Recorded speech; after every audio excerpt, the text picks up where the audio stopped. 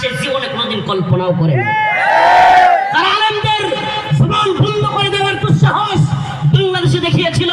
যারা আলেমদের মাইক কেড়ে নিয়ে যাইত, আজকে আল্লাহ পাক সেই সমস্ত আলেমকে জেলখানায় বন্দি করে যারা রেখেছিল, বেরি পড়াইছিল, শিকল লাগাইছিল, রশি লাগিয়েছিল, আজকে তাদেরকে লাখো জনতার মধ্যে সম্মানিত করেছেন মহান রব।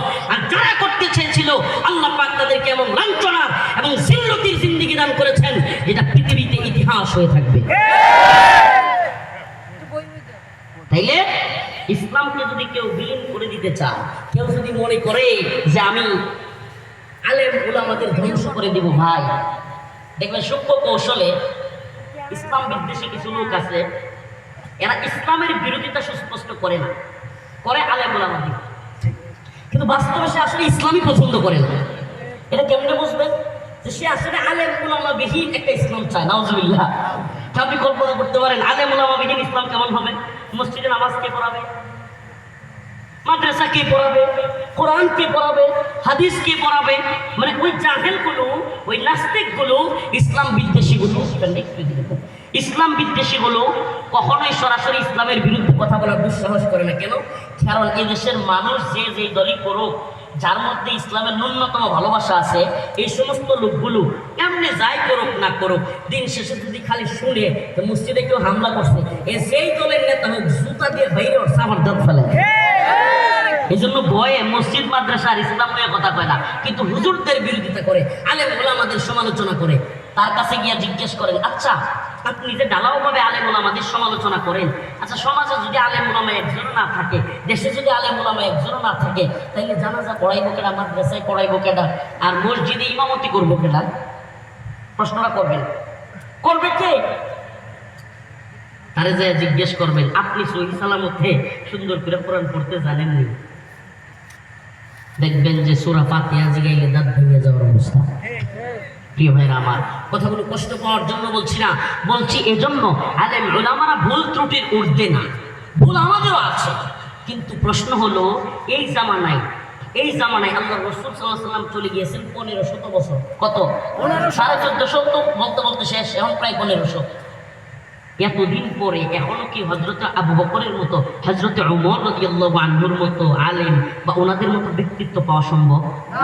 বলেন সম্ভব? তাহলে আমাদেরকে ভুল ত্রুটি নিয়েই থাকতে হবে। আমরা কেউ ভুল ত্রুটি উঠবে না, কিন্তু তাই বলে আমরা কি ইসলামের আলেম ওলামাদের মসজিদ মাদ্রাসার সমালোচনা করব? যেই লোক, এটা কথা বলে দেই, যেই লোক ইসলামের সমালোচনা করবে, আলেম ওলামাদের সমালোচনা করবে, আপনি দেখবেন ওর বংশে, ওর ঘরে কখনো আলেম পয়দা হবে না, ওর ঘরে কখনো হাফেজ পয়দা হবে না।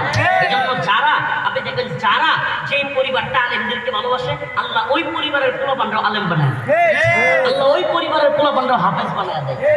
একটা কথা মনে রাখবেন, বেয়াদব ছেলে, বেয়াদব বাচ্চা, বেয়াদব ছাত্র আদববান হয়, বেয়াদব ছাত্র, বেয়াদব বাচ্চা মানুষ হয়, কিন্তু বেয়াদব গার্ডেনের বাচ্চারা মানুষ হয় না।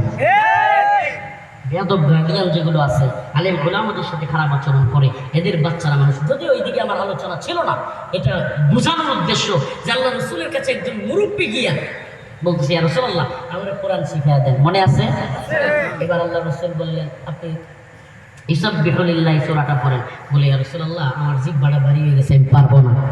আল্লাহ রাসূল বললেন, তাইলে পড়েন, ইযা যুলজিলাতিল আরদু জিলজালাহা ওয়া আখরাজাতিল আরদু আথকালাহা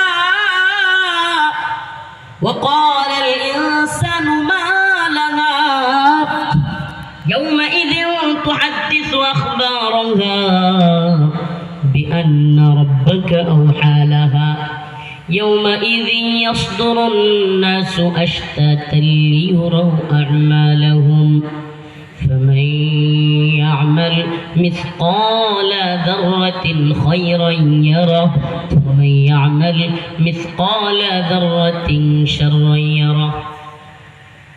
সূরাতুল জিলজাল, যেখানে আল্লাহ তাআলা কিয়ামতের আলোচনা করেছেন। কিসের আলোচনা? কিয়ামতের আলোচনা। ইদানিং আমি একটু বেশি করতেছি, সব জায়গায় গিয়ে করতেছি, করার চেষ্টা করতেছি। কেন?